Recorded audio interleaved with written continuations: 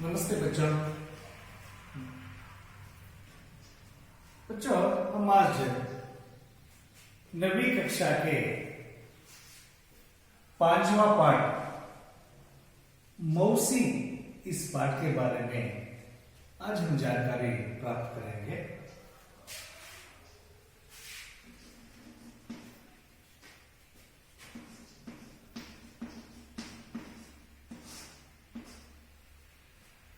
इस पाठ का लेखक है भीष्म सहनी।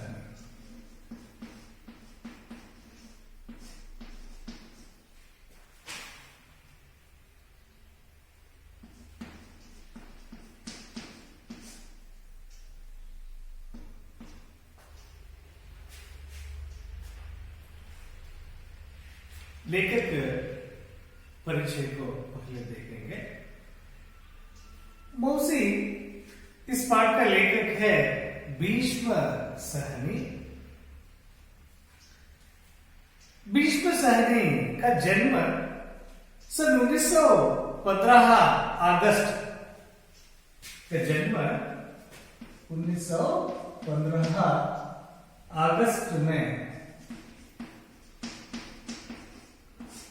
अगस्त महीने में 7 को रावलपिंडी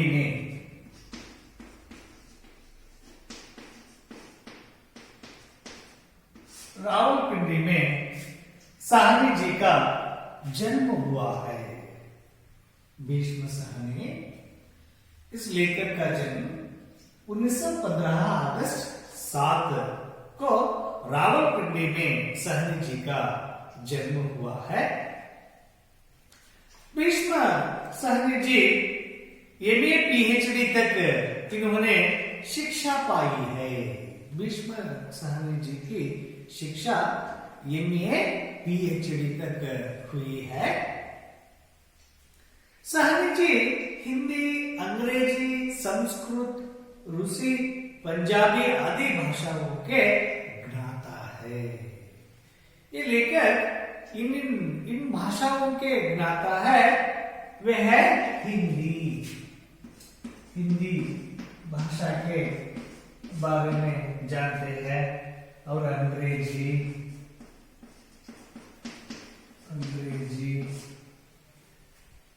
संस्कृत,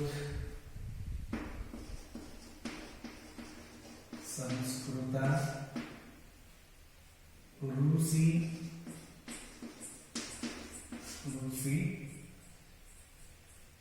और पंजाबी। इन भाषाओं के ज्ञाता थे भीष्म सहनी जी। इन भाषाओं की इनकी अनेक रचनाएं प्रकट हुई है।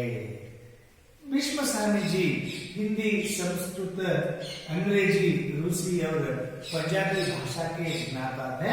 ये इन सभी भाषाओं में अनेक रचनाएं रचे हैं। विशेषकर आम आदमी का जीवन इनकी रचनाओं में अंकित हुआ है। ज़रोके जो इन भाषाओं में जो रचनाएं रचे हैं, उन रचनाओं के नाम है ज़रोके, कड़िया, तमस, बसंती आदि इनके उपन्यास है। ये सभी भीष्म सहनी जी के द्वारा रचित उपन्यास रचनाएं हैं। भाग्य रेखा, भटकती राख, वाग्मक्षु, शोभा यात्रा आदि कहानी संग्रह है। ये सभी कहानी रचनाएं हैं। भीष्म सहनी जी ने जीवनियां भी लिखी है। ये उपन्यास और कहानी संग्रह इतना ही नहीं, ये अनेक जीवनियां भी लिखे हैं ये लेखक। यथा भाई बलराज, अपनी बात, कबीर खड़ा बाजार में, माधवी, मुआवजे आदि इनके द्वारा रचित नाटक है। सहनी जी शिरोमणि पुरस्कार सहनी जी, भीष्म सहनी जी की साहित्य सेवा के बदले में उन्हें इन पुरस्कार मिले हैं। शिरोमणि पुरस्कार, शिरोमणि पुरस्कार मिला है।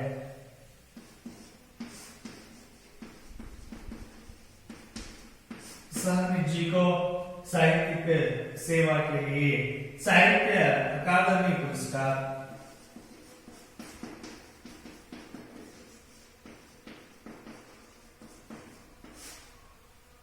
और सोवियत लैंड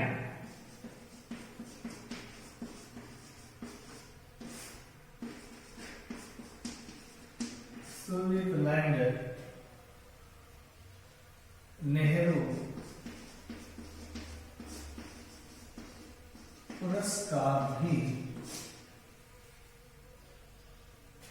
पुरस्कार आदि मिले हैं। इस तरह उनके साहित्य सेवा के लिए उन्हें जो शिरोमणि पुरस्कार, साहित्य अकादमी पुरस्कार, सोवियत लैंड नेहरू पुरस्कार आदि पुरस्कार साहनी जी को मिले हैं।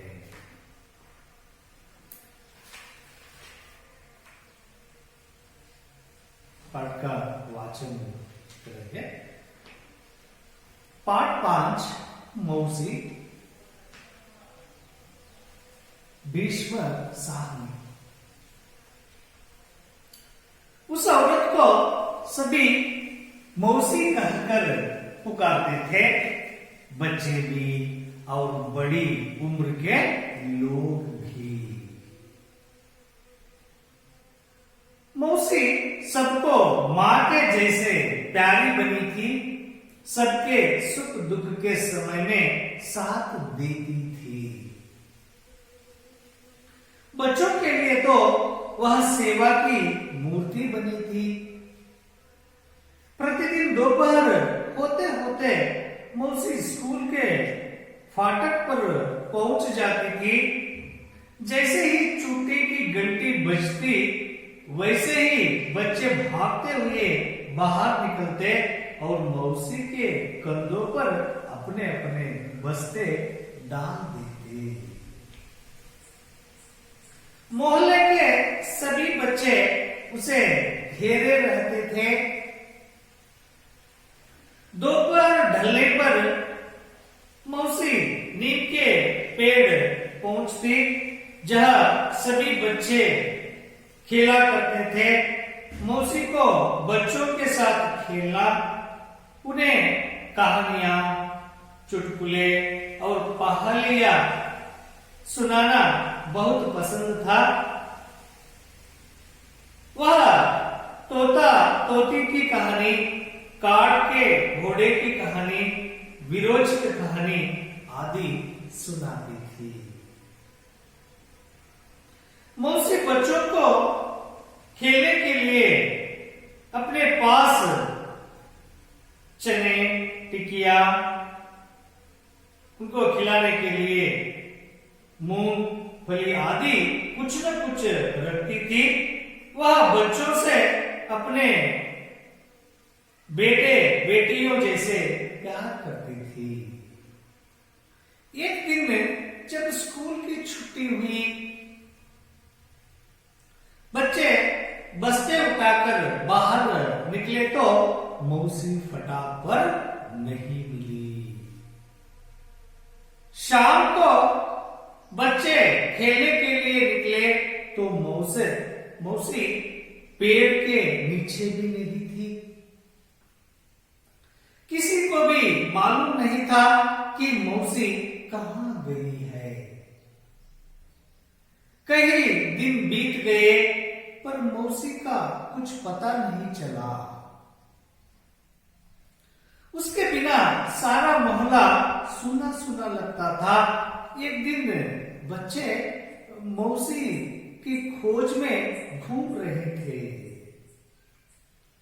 तभी एक मकान के अंदर से ऊंची ऊंची आवाज सुनाई दी। हमने टेका तो नहीं ले रखा है मौसी, 20 दिन से तुम यहां हो, अब तुम किसी दूसरे के घर चली जाओ। मौसी का नाम सुनकर बच्चे टिटक कर खड़े हो गए। बंद दरवाजे की दरार में से झांक कर देखा तो मौसी एक काट पर लेटी थी। उसके बाल उलझे हुए और चेहरा सूखा हुआ था।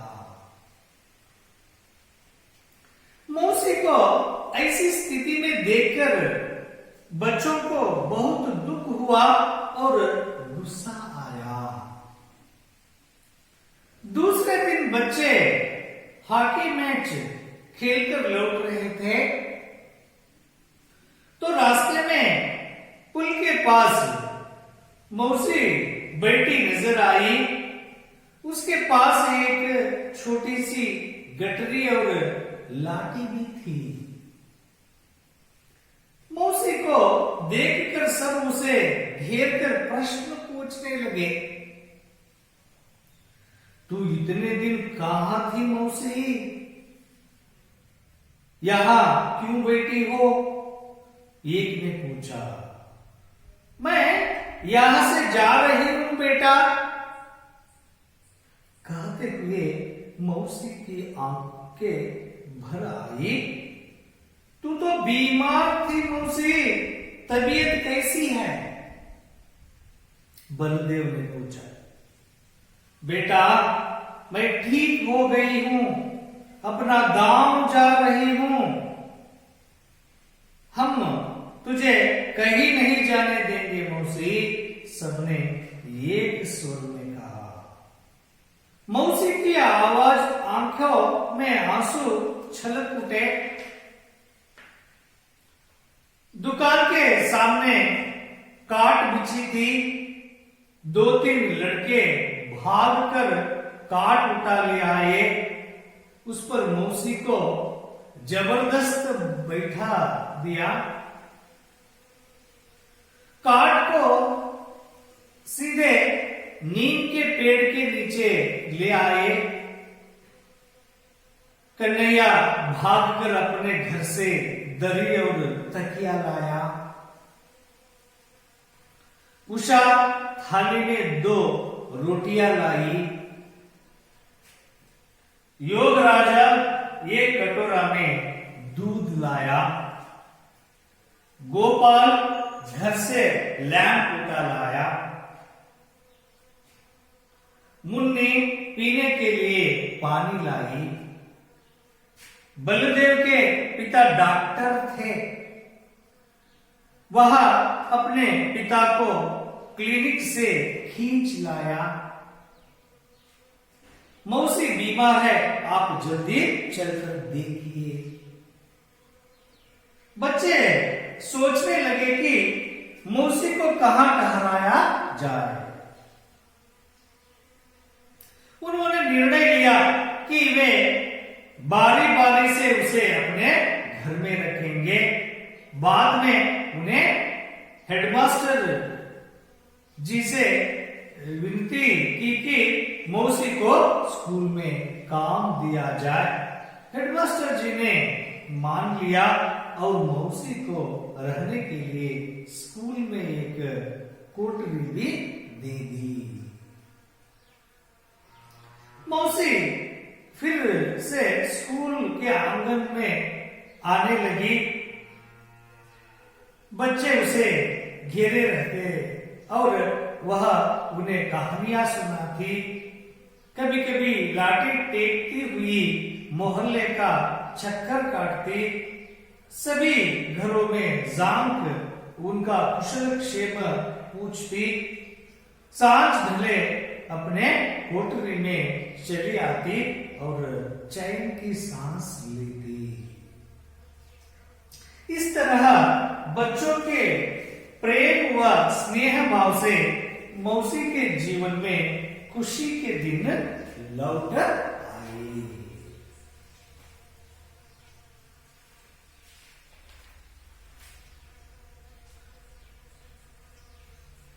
अब हम इस पाठ में जो नए शब्द आए हैं, उन शब्दों का अर्थ को पहले देख लेंगे।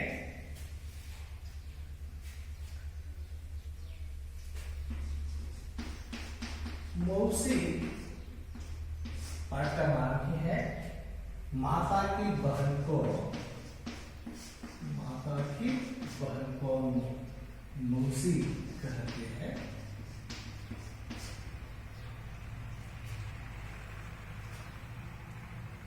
और फाटक शब्द आया है। फाटक तो मुख्य द्वार, मुख्य द्वार को फाटक कहते हैं। कंधा, कंधा भुज,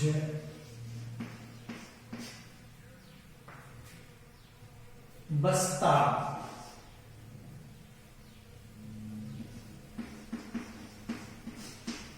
बस्ता, थैला,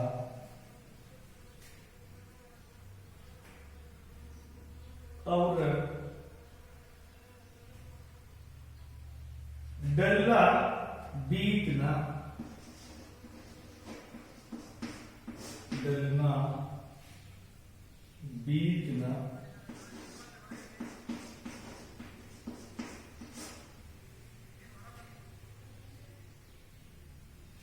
बीतना, तले नीचे,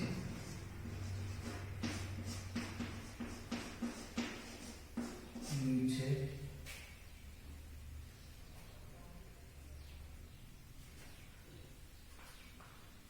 चुटकुले, चुटकुला मजेदार बात,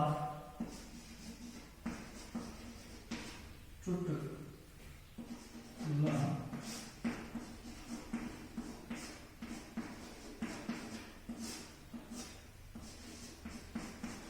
मजेदार बात।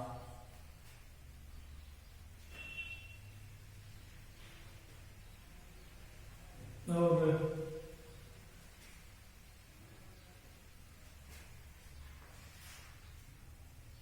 टिटक,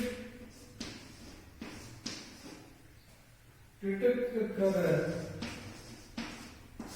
शब्द है साहसा रुक जाना, साहसा रुक जाना।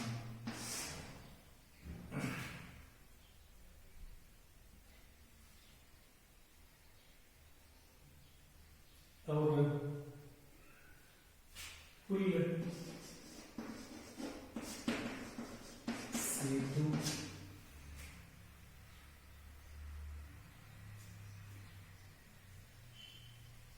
आंख भरा, आंख,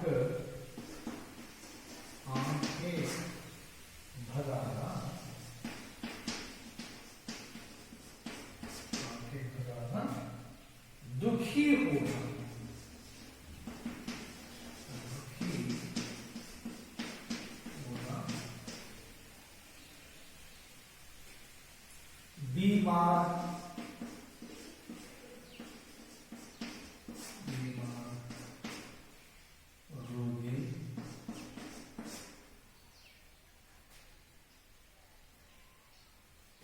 दरी, बिछाना,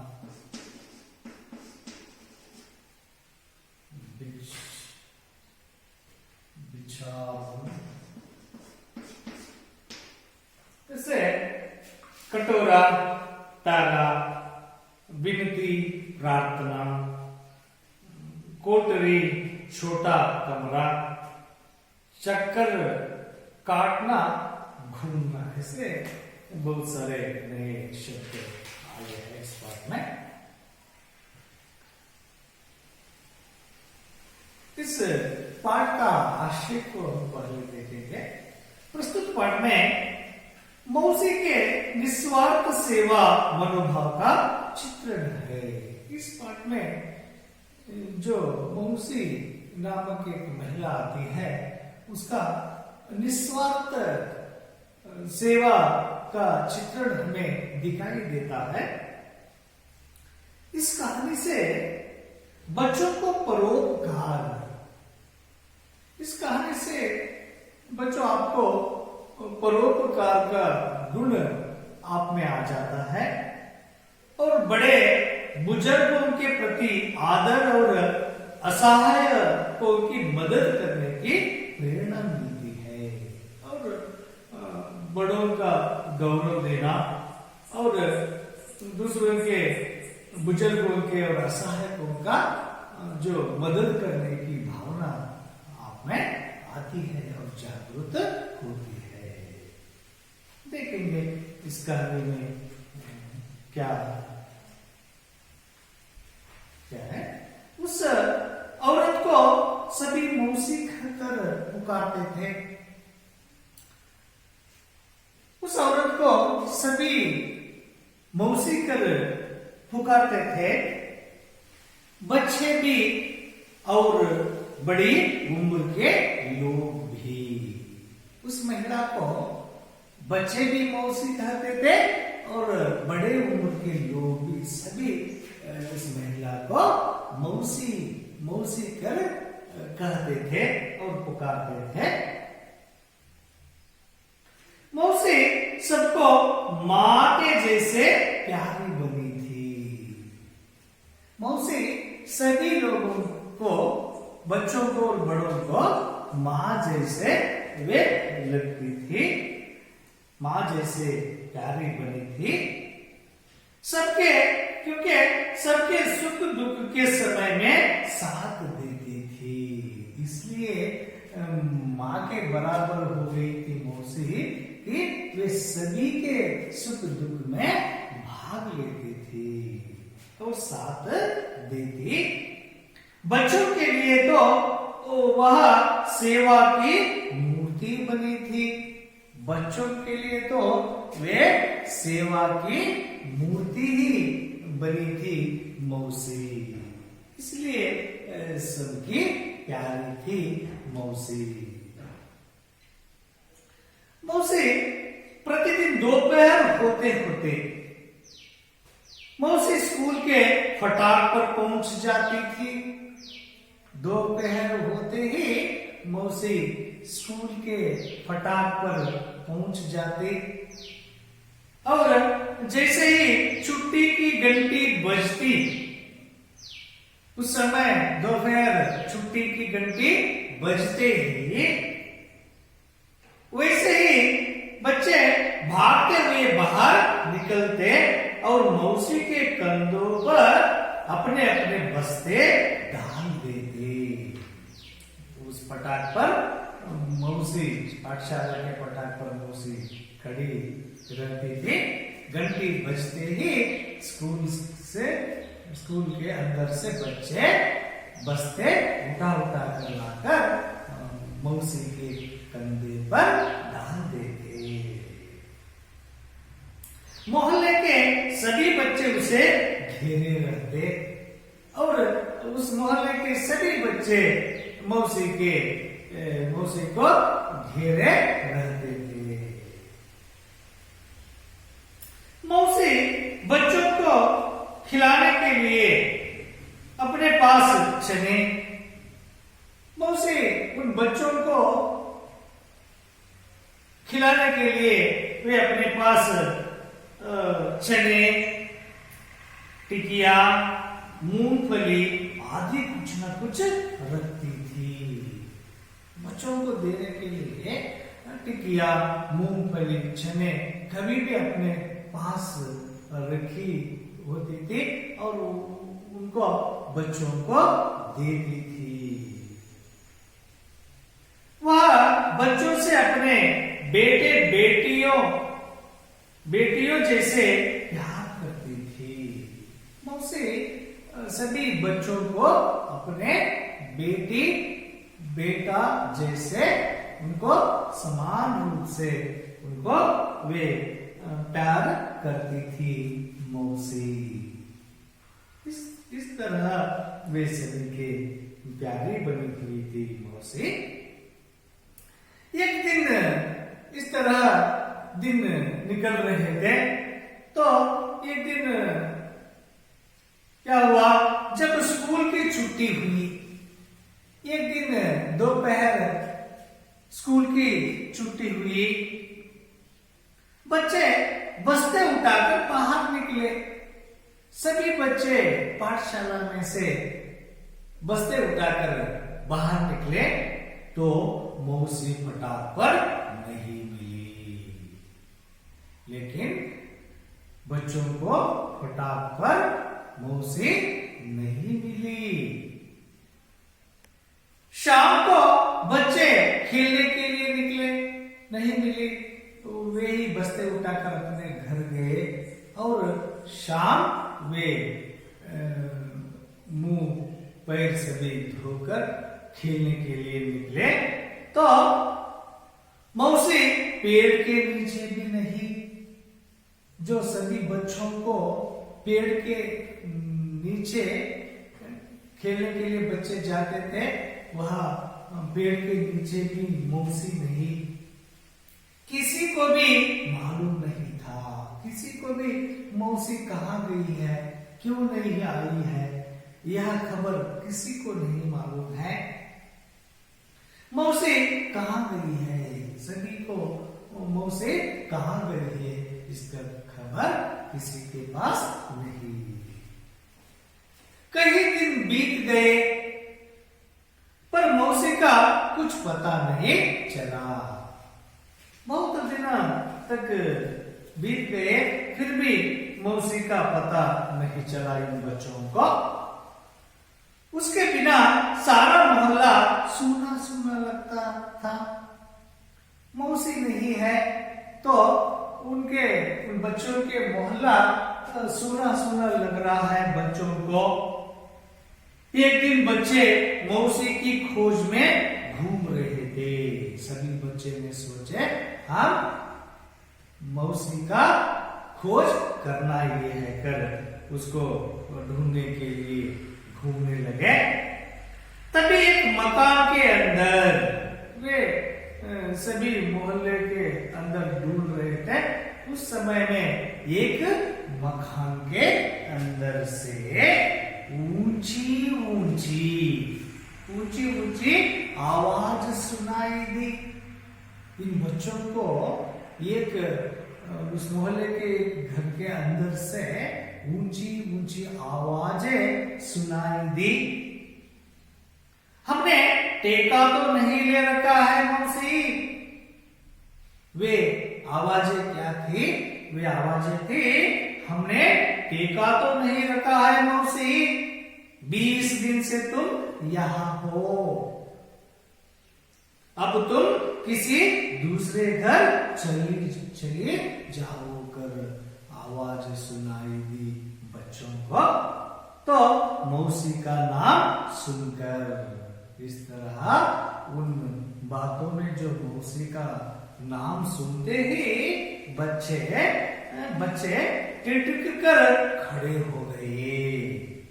वे टिटक कर खड़े हो गए और बंद दरवाजे की दरार में से, बंद दरवाजे के दरार में से वे बच्चे ने झांक कर देखा।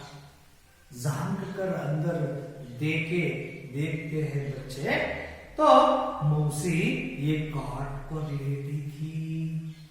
मौसी ये काट पर लेटी है, तो उसके बाल उलझे हुए, काट पर लेटी है और उसके बाल उलझे हुए हैं और चेहरा सूखा हुआ था।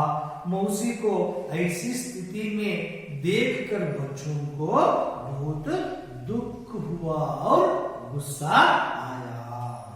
ऐसी स्थिति में उलझे हुए बाल, सूखा हुआ उनका चेहरा, इन सभी को देखकर इन बच्चों को बहुत दुख हुआ और गुस्सा भी आ गया बच्चों को। तो वे दूसरे दिन बच्चे हॉकी मैच खेलकर लौट रहे थे। बच्चों को मौसी कहाँ है, किसके घर में है, ये सभी पता चल गया और अपने अपने घर गए।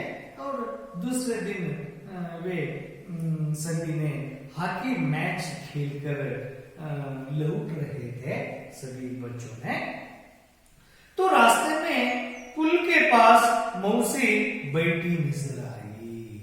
रास्ते में पुल के पास मौसी बैठी इन बच्चों को नजर आई तो उसके पास एक छोटी सी गटरी, मौसी के पास एक छोटी सी गटरी है और एक लाठी है भी है। मौसी को देखकर सब उसे घेर कर प्रश्न पूछने लगे।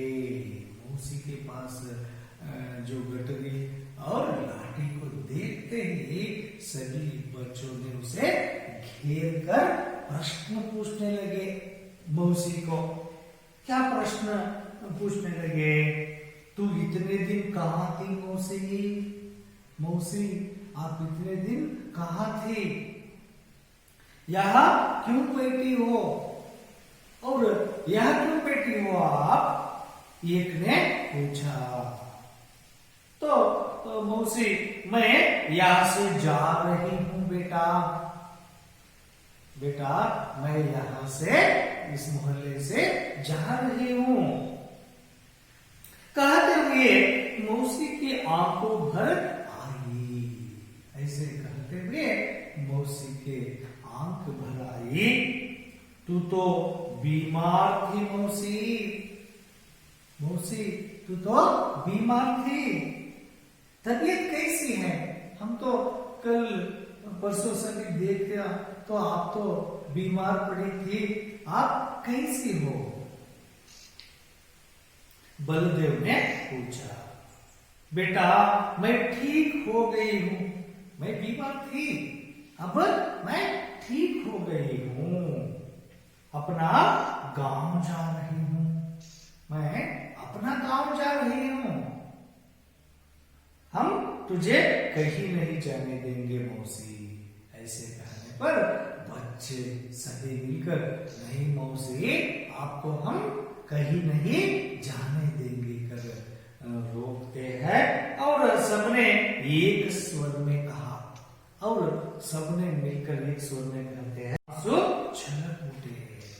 ऐसे बच्चों ने जो कहे उसे सुनकर मौसी के आंखों से आंसू छलक उठे। तो दुकान के सामने एक काट बिछी थी। वे बच्चों ने आसपास देखा, वहां दूरी में एक दुकान था, उस दुकान के सामने एक काट बिछी थी। तो 2-3 लड़के भागकर काट उठा ले आए। 2-3 लड़के ने भागे और वहां से एक काट उठाकर लाए और उस पर मौसी को जबरदस्ती बैठा दिए। उस काट पर जबरदस्ती से मौसी मना कर रही थी, फिर भी नहीं मौसी आप हमारे साथ चलना है कर उसे जबरदस्ती से काट पर बिठा लिया और उस पर मौसी को जबरदस्ती बिठा दिया और काट को सीधे नीम के पेड़ के नीचे ले आए। काट पर बिठाकर मौसी को उठाए, सभी ने नीम के पेड़ के नीचे ले आए और कन्हैया लाकर रखे और कन्हैया भागकर अपने घर से दरी और तकिया लाया। कन्हैया वहां से भागा और उनके घर से दरी और तकिया लाया। उषा थाली में 2 रोटियां लाई। उषा वहां से भागी और थाली में 2 रोटियां लाई। योगराज ये कटोरे में दूध लाया। योगराज भागा और वे भी कटोरा भर दूध लाया। गोपाल घर से लैंप उठा लाया। गोपाल नामक एक बच्चे ने वे लैंप उठाकर लाया। मुन्नी पीने के लिए पानी लाई। मुन्नी भी वे भागी और वे उनके घर से पानी लाई। इस तरह सभी बच्चों ने एक एक सामान ले आए। बलदेव के पिता डॉक्टर थे। बलदेव नामक बच्चे के पिता डॉक्टर थे। तो वह अपने पिता को क्लिनिक से खींच लाया। वे गया और अपने पिता के क्लिनिक से उनके पिताजी को वह खींच लाया। मौसी बीमार है। वे कहा वहां जाकर मौसी बीमार है, पिताजी आप जल्दी चलकर देखिए। चलिए आप जल्दी बीमारी पड़ी हुई मौसी का इलाज करिए कर कहा और ले आए साथ में। इस तरह बच्चे ने मौसी को वापस लाने का काम की। बच्चे सोचने लगे।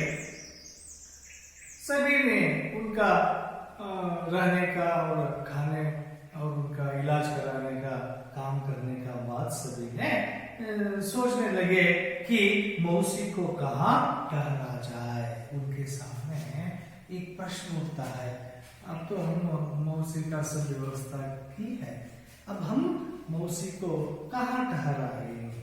उनको ठहरने का एक जगह हम ढूंढना चाहिए कर सोचने लगे। उन्होंने निर्णय लिया, सभी बच्चों ने निर्णय लिया कि वे बारी बारी से उसे अपने घर में रखेंगे। वे सभी ने बारी बारी में उनके घर में हम रखेंगे कर वे निर्णय लिए। और बाद में उन्होंने हेडमास्टर जी से विनती की कि मौसी को स्कूल में काम दिया जाए। बारी बारी में अपने घर में रखने का निर्णय लिया और बाद में सभी ने हेडमास्टर जी से विनती की मौसी को अपने स्कूल में काम दिया जाए कर विनती की। तो हेडमास्टर जी ने मान लिया। इनके बच्चों की विनती को हेडमास्टर जी ने मान लिया और मौसी को रहने के लिए स्कूल में एक कोठरी भी दे दी। और मौसी को रहने के लिए हेडमास्टर जी ने एक कोठरी भी दे दी। इस तरह मौसी को रहने का, मौसी के लिए रहने का जगह भी ढूंढ लिया इन बच्चों ने। मौसी फिर से स्कूल के आंगन में आने लगी। फिर से जो पहले इन बच्चों का सेवा करती थी उसी तरह वे सेवा करने लगी। बच्चे उसे घेरे रहते और वह उन्हें कहानियां सुनाती।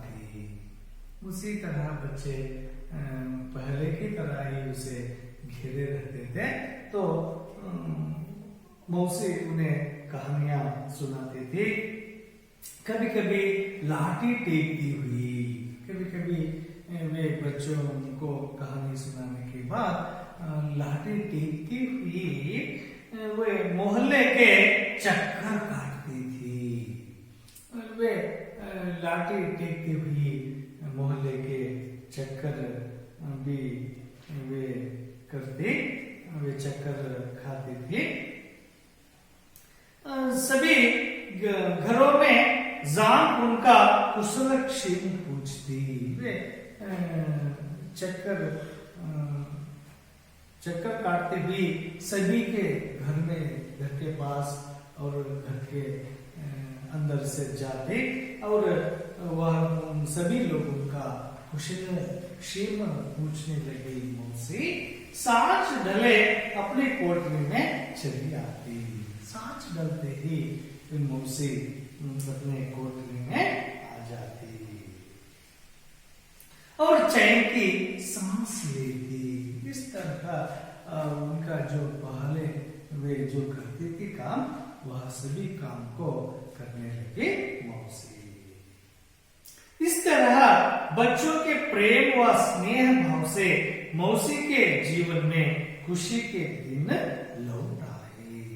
इस तरह मौसी के जीवन में खुशी के दिन फिर से लौट आए।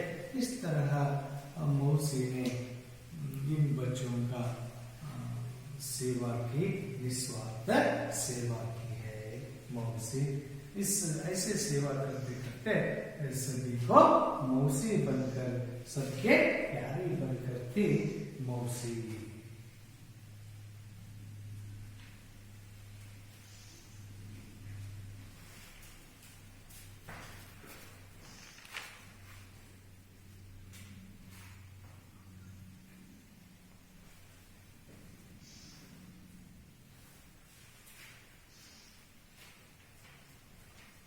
बच्चों, हम अब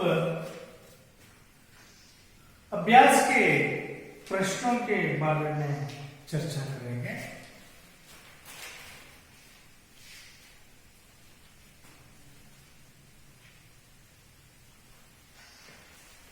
अभ्यास का में जो पहला मुख्य प्रश्न है, एक वाक्य में उत्तर लिखिए।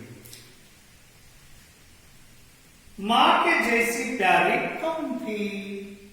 यह प्रश्नों का उत्तर आपको देना पड़ता है और आप घर में भी इनका प्रश्नों का उत्तर लिखने का प्रयास कीजिए। मां के जैसे प्यारी कौन थी? मां के जैसे प्यारी मौसी थी। मौसी सभी को किस समय में साथ देती थी? मौसी सभी लोगों को किस समय में साथ देती थी? मौसी किस समय में साथ देती थी सभी को? सुख दुख के समय में साथ देती थी।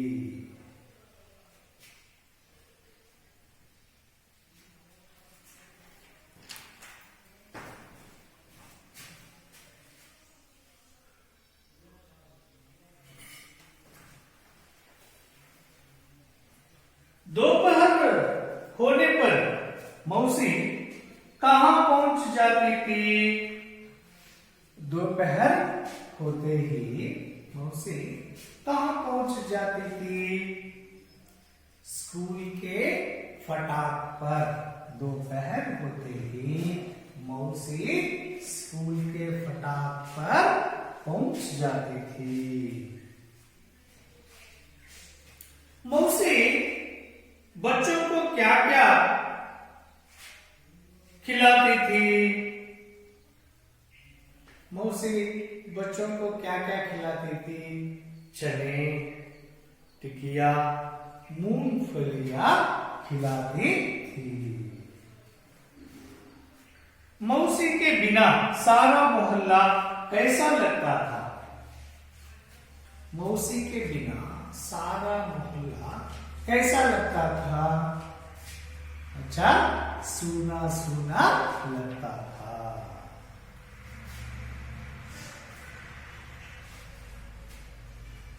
लड़के भागकर क्या उठा लाए? लड़के भागकर तकिया, दरी, लैंप लाए और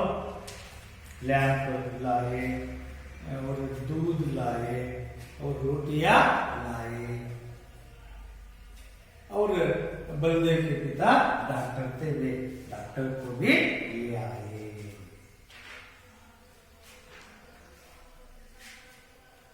बच्चों ने हेडमास्टर से क्या विनती की? बच्चों ने हेडमास्टर जी से क्या विनती की? मौसी को स्कूल में काम दिया जाए। मौसी को स्कूल में काम दिया जाकर विनती की।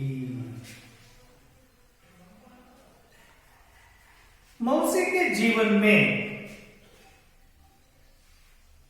कैसे दिन लौट आए? मौसी के जीवन में खुशी के दिन लौट आए।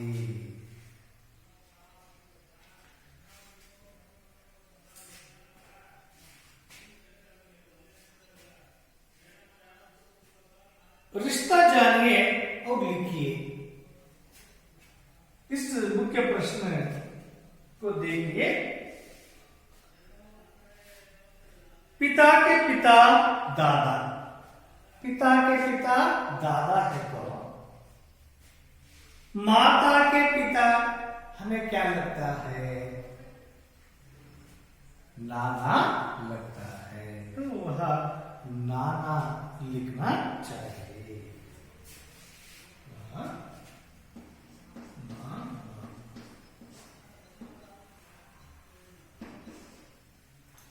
और दूसरा है पिता की बहन बुआ, पिता की बहन बुआ, तो माता की बहन मौसी, माता की बहन मौसी।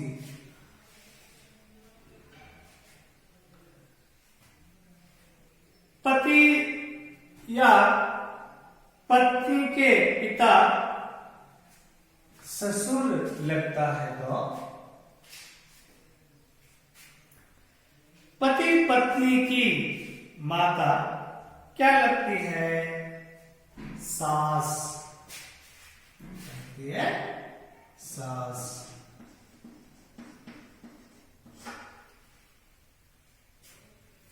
इसी तरह और मुख्य प्रश्न है नमूने के अनुसार लिखिए। यह जो दिया है नमूने, कहानी कहानियां, माला मालाएं, बात बातें। इसी तरह आप लड़की लड़कियां, कोटरी कोटरिया, पहेली पहेलिया, माता माताएं, दिशा दिशाएं, घटना घटनाएं, आंख आंखें, दरार दरारें, दुकान दुकानें। इस तरह नमूने के अनुसार इन प्रश्नों का जो वह जो खाली जगह है वह लिखना चाहिए। और विलोम शब्द यह दिए हैं, शब्द भी दिए हैं, विलोम शब्द भी दिए हैं। उन शब्दों को आप कौन सा शब्द का शब्द कौन सा विलोम शब्द होता है कर आप चुनकर लिखना है। हम गलत शब्द लेकर उस शब्द का हम तो विलोम शब्द सही लिख सकते हैं। सुख का दुख, छोटा का बड़ा, खुशी का गम, टेढ़ा का सीधा, बहुत का कम, रात का दिन, अपना का पराय, ऊपर का नीचे। इस तरह हम उन शब्दों को विलोम शब्द या खाली जगह में चुनकर लिखना है। इस तरह हम इन प्रश्नों का उत्तर को हम सभी लिख सकते हैं। आप इस अभ्यास के में जो दूसरा और तीसरा मुख्य जो प्रश्न है उनके अंदर जो प्रश्न दिए हैं उन प्रश्नों का उत्तर लिखने का प्रयास कीजिए और सार्थक वाक्य बनाए कर दिए हैं उनको भी हम आप पाठ के अंदर उन वाक्यों को ढूंढकर सार्थक वाक्य लिख सकते हैं। कन्नड़ में अनुवाद दीजिए, ये भी आपको बहुत आसानी से लिखने की है। उनके बारे में भी आप सोचकर लिखने का प्रयास कीजिए। धन्यवाद।